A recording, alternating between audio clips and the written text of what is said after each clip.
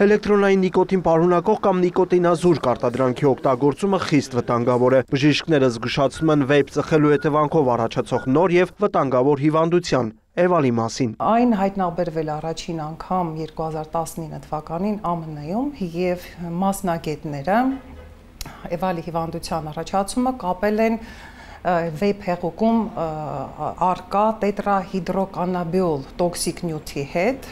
հատկապես եթե այնտեղ արկա է նաև վիտամին E ացետատ, մյուս տոքսիկ նյութը, ընդ որում վիտամին E ացետատը դա վիտամին E-ի սինթետիկ ձևն է, որը ներշնչելիս կարող է առաջացնել թոքերի վնասվածք։ Էվալին թոքերի հյուսվածքի սուր ինհալացիոն վնասվածք է, այդ դեպքում բուժառուների 95%-ը պարտադիր տեղափոխվում է թոքային կամ ինտենսիվ թերապիայի բաժանմունք, իրականացվում է թոքերի արհեստական օդափոխություն։ Հիվանդությունը ստացել է նաև պոպկորնային անվանումը, քանի որ հիվանդների թոքերից լսվում է պայթող պոպկորնի նման ձայնը։ Էվալին կարող է առաջացնել շնչառական դժվարություններ, հաստ, ցավ, կրծքավանդակում, ջերմություն եւ դող, սրտխառնոց, փսխում եւ որովայնի ցավ։ Էվալի հիվանդների մոտ 70%-ը դա տղամարդիկ են, ընդ որում միջին տարիքը կազմել է 24 տարեկան, եւ սրանցից մոտ 15%-ը մինչեւ 18 տարեկաններն են, 37%-ը